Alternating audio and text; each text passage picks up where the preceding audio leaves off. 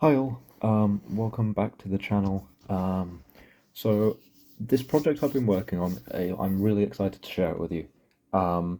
It's basically an epoch planning sheet. As soon as I saw this content, I knew that I wanted to do this, um, and I pulled together an amazing team to help me do it.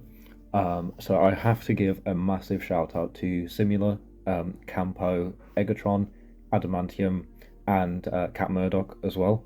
All these people have been great helps in pulling all this together. So please, if you don't already know them, go and check them out. So looking at the planner here, um, this I will put the link to this in the description in my video. And if you're watching this and you found this from somewhere else, please make sure you follow the instructions.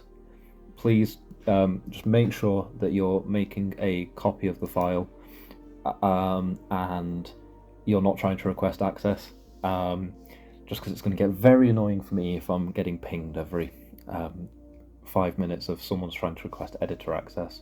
Just make sure you follow these instructions. Everything else is fairly easy.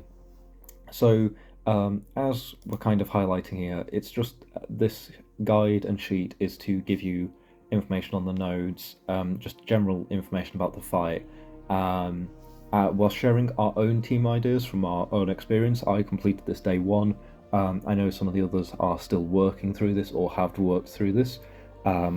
So a lot of these recommendations come from our personal experience. But as we say, this is just our thoughts and opinions, and we physically cannot list everything here. I was listing out every champion possible, and then when it came to the formatting and actually just looking at the sheet, it just looked a bit of a mess. So we've just listed a few options here. There are many more. And the key thing to remember about all of this is that one path requires you to have 3 7-star champions, and the other path requires you to have 2 7-star champions, meaning that you can be bringing in a 6-star for one of the paths, but just be very careful when planning this out that you don't end up planning for 2 6-stars and then you find yourself in a bit of a tough position because now you're locked to 3 7-star champions and you don't have a good counter for a fight. So along here you've got all the different paths and you've got a map. This map here is done by the amazing Cat Murdoch. Cannot thank her enough for allowing us to use this. If you just want a quick breakdown of everything, and you want to look up the nodes or the node names or whatever, she's done an amazing job here of listing out the path node and what you have to do, and then for each of the fights, she's put like a little explanation. If you can't see it, don't worry, we have also done our own, and she's also written down the notes, so you can see that this is an amazing little tool just to get you started. And then here you've got down the chests for each of the rewards that you get. So in each of these crates you get 56 stones of 7-star variety, a 1 to 2 for each class, and a crystal for that class. So from left to right we've got science, tech, skill, mutant, that's not mutant, that's cosmic, mystic, and mutant. And then here you can see the gates for the requirements, and also then the class requirements as well. And down here you can see the rewards. I forgot the 7-star awakening shard or crystals. So yeah, you get lots of XP. You should be close or over hitting level 62. But yeah, so please do go and show Kat some love and support. She's an amazing asset to this community, and you would be looking at a significantly worse map if it weren't for her. Okay, so sorry, I was just doing some editing. I will say that this may not be the version of the planner you see. At the time of recording this, still doing small bits of editing here and there, but the general idea is done. So you can see here we've listed all of the fights and a little fight summary. We've got the additional path nodes down here, and you can input your team up here. You can put in the attacker for each fight, and you can also track your revive count if you want to.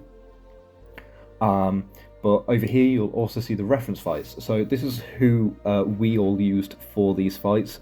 Obviously, I'm sure some of these other people will have their own guides out. But so as you can see here, I'm just going to talk about what I did. I used Spiderpunk for Hulkling. A lot of this was due to the fact that his ruptures go through the block and gain a bit of increased potency, so you gain a nice bit of damage. It is possible to do this with this fight with Photon.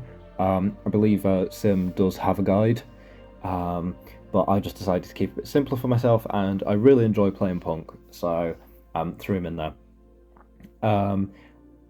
I do believe that I got a solo here. Let me just go and pull up, and I can have a look because I've got it all noted down somewhere. I really hope this is still recording because I have too many things to do and not enough screens to do it. So yeah, so I used Punk. I got a solo here. Obviously, a lot of these fights they are quite tricky. So don't feel bad if you cannot get a solo. I will admit I restarted this path several times because I wanted to personally get the solo. You do not need to. You don't have to. You don't have to do any of this. Just do what makes you feel comfortable, and do not push yourself to feel like you have to get a solo on these. There's plenty of fights here that I did not solo for one reason or another. There's plenty of fights that other good players didn't solo. So if you don't, do not feel bad about it. Everyone has their own strengths and weaknesses in this game. I apparently suck at Annihilus.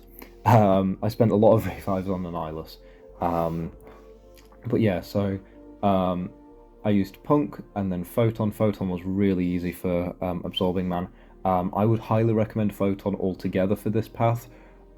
She could probably take all of the fights here. And I know that sounds a little bit absurd because there's the Jabari at the end. I did almost get a solo. Granted, it was not easy, it was not clean, but I did get her down to 5%. So let me actually just change that because technically I did use Photon for the majority of it. So yeah, then Spiderpunk, Infamous Iron Man, I used Spiderpunk again. Jack for Onslaught. Jack is such an amazing Onslaught counter. I do wish that I had him awakened. Again, I didn't solo here. I did die with Jack, so I just finished it off with Photon. Photon was great for Jess because she has such high damage, and getting up that guaranteed crit from the intercept just made Jess a really easy time. Jabari is probably, in my opinion, the most difficult fight on this path. Now, this is not a case of. Sorry, I lost my train of thought there. I don't really know where I was going with that. The Jabari is just a bit difficult to manage, and she's probably, in my opinion, the hardest one on this path.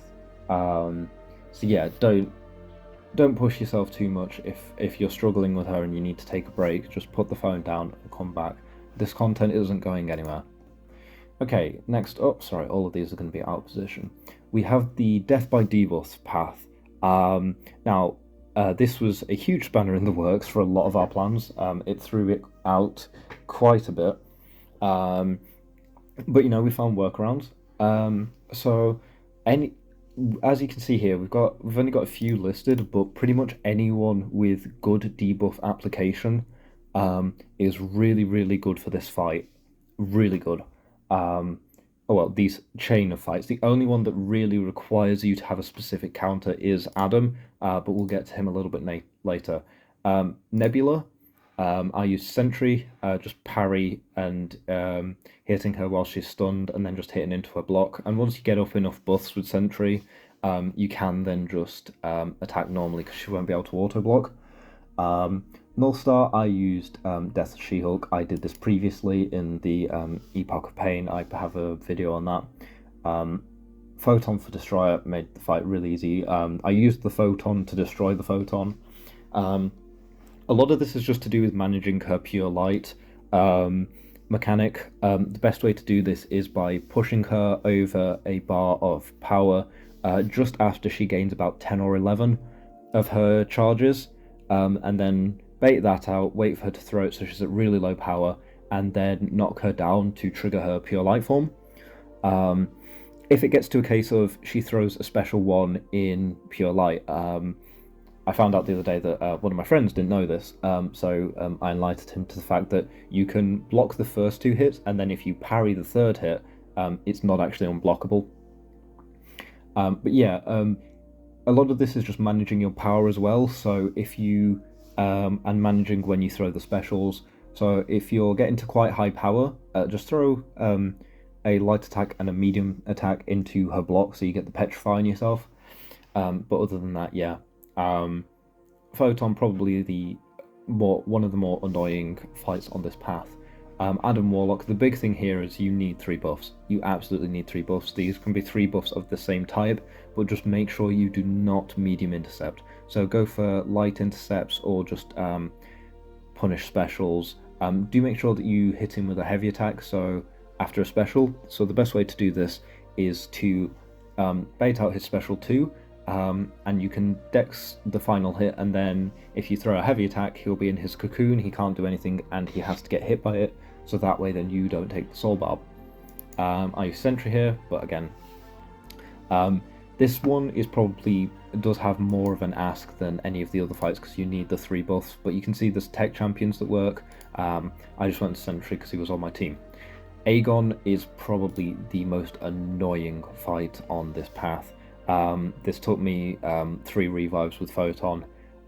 He's just very, very irritating. You just have to intercept him and then parry his attacks so that you remove the cement charges and don't get root, and then just punish the special 2 to remove the timer that he places on you. Let me just double check Cat's amazing map. So yeah, that comes from I don't actually know which one of these this is. Oh yeah, you have to heavy counter his special 2. And yeah, as she said here, don't take block hits without bulwark. One of these basically places a timer on you. It might be clean slate, where basically you then have to remove it, or otherwise you take a huge burst of damage. Now, familiar path here, we have path 3 again, but this time with a different team composition. So this time you've got Cosmic and Skill, which somewhat, it doesn't limit the options, but you definitely do have to change some things around. But yeah. So let me just pull up what I used here. Yeah, so for Nebula I use Medusa. Medusa can work, just make sure that you don't place the Armor Shatter. I know Natural Instinct says to do so, but at least in this fight you don't want to do so. Because then you can't place any more debuffs and you will be there for a long time. One of the big recommendations here is if you have it unlocked, do run the Resonate Mastery. It just helps every now and then. I noticed it getting a proc a few times, so yeah. I then use Silver Sable for the next 2 fights. She works for North Star because she has the tracking passive after she throws an SB1, and because you can only deal damage by placing the debuffs, you just want to basically be throwing lots of special ones. So yeah, and then Destroyer, very similar strategy. Photon, I used Medusa here. You can take a lot of the other people used Scream or Silver Sable. Can I? Yeah, we'll just turn those off for now. Sorry about that if that's been annoying. A lot of people use Scream. I unfortunately don't have a Scream. I know Null is also very good for this path. I use Medusa. I'm not sure why I didn't use Sable, but Medusa worked fine. Adam, I use Medusa because of the because of the buffs, and yeah, this path was a messy one for me. On Photon, it took me 2 revives with Medusa. and then Adam gave me a lot of trouble. It took me 5 revives. I was just I was accidentally intercepting him a lot. I kept forgetting not to do that, despite going over this so many times. But yeah, and then Aegon, I just mostly used Jabari and used a team revive. I actually did this path last because I wanted to get my final Ares kill with my favorite champion. So I was doing this at like 1 a.m. my time, and I was really tired. I was getting quite fed up with Aegon. But yeah, so then next up, path 4, we have this is so there's two kind of paths that could be two path types that could be the best ones to go for, in my opinion. And it kind of varies on what you own. Either if you have lots of people for this path, path 2, as we're calling it, then yeah, this can be really easy. I know the death by debuff seems scary, but with the right champions, it's actually a lot easier. The second one that I might recommend as the quote-unquote easiest to do if you have the right champion is path 4. And this is because Serpent can take every single fight here. I used a rank 2 Unawakened for a lot of my fights. You can see here where I haven't used him. You can actually use him. You can see here that some of the other people did use him. But yeah, it's just a case of I wasn't sure at the time, and I just wanted to run through. Kate was very handy for Iron Fist, but yeah, Serpent just absolutely manhandled this path. Most of these were solos. I did die to Toad with Thanos just because I messed up a few times, and then Kate with Heimdall. This got annoying at times. I almost died a few times, but pretty much we've got the champs listed here, but pretty much anyone can do a lot of these fights. But my kind of big recommendation for this would be Serpent. Prowler, I used Deathless Thanos just because I knew that he could do it, and I wanted to bring Deathless Thanos for Ares. And this was my best Ares run. By this point, I'd fought Ares a couple of times. It was funny. My first time fighting Ares, I think I used 30-something revives. And I actually worked backwards. I started from path 6, then did 5, then did 4, and then did 1, 2, 3. Very weird way of doing it, I know, but that's just the way I tackled it. The Ares count for path 6 was 30 revives, path 5 was 7 or 8, path 1 was something similar. Let me just pull it up. Path 1 was 7, path 2 was 5, path 3 I think was 8 or so, 6, and then path 4, this was my lowest count, this was 2. Serpent is so good for Ares, so good. But yeah, do not feel bad if you are using more revives on Ares. He is a really tough fight. Quite frankly, a lot of my takedowns were really lucky. I've heard people having really bad AI. I must have got really lucky. But yeah, he's he's probably the biggest ask. He asks a lot from you, and if you've looked at any of the other stuff, my biggest recommendation is just making sure that you know the special process, because it changes the game. That first run, I had no idea what I was doing, and it took 30 odd revives. By the next few paths, I was cutting it down because I'd learnt the specials and everything. Some people are having a rough time with it. Some people are finding it really easy. You've just got to go in there yourself and find out. But yeah, he is a very tough boss. Do not feel pressured to solo him. I only know a few people who have soloed him. So next up, we've got path 5. I used Dazzler for Cassie. I used Dazzler for quite a few fights over the next 2 paths. She was really handy. If you don't have her though, you can find other options here. I know a lot of people have used Deadpool X-Force for a lot of these mutant paths. I do have him, but it's just in rank 1. Gwenpool, I also use Dazzler. Iron Fist Onslaught, because all of Onslaught's debuffs are passive. You can actually place them on Iron Fist, you just can't gain buffs, and he can't gain debuffs. Toad Onslaught again. And then Heimdall I used Shathra. And then Prowler I used Onslaught. This fight, it's one of those that it's really, it can get really annoying very quickly. But being able to just when he's got a Neuroshock on him, you can just basically ignore the falter, which is really, really nice. But yeah, this one is, if you have the right stuff, it can be fairly straightforward. You've just got to make sure, and for path 4 as well, you've just got to make sure you're dashing back or using a special, just so you don't get your power drained, especially against Prowler, as he will deal you damage whenever your power is drained. So next up we have path 6, and this is the one that I started on. So I used Danny, Kushala, Dazzler for this path. Danny didn't work quite as well for some fights as I thought she would. But yeah, so Spider-Ham, there's various ways of doing this fight. I definitely took the long route, but Danny just SB1 spam was really good. Viv, Kushala, this is just a really long fight.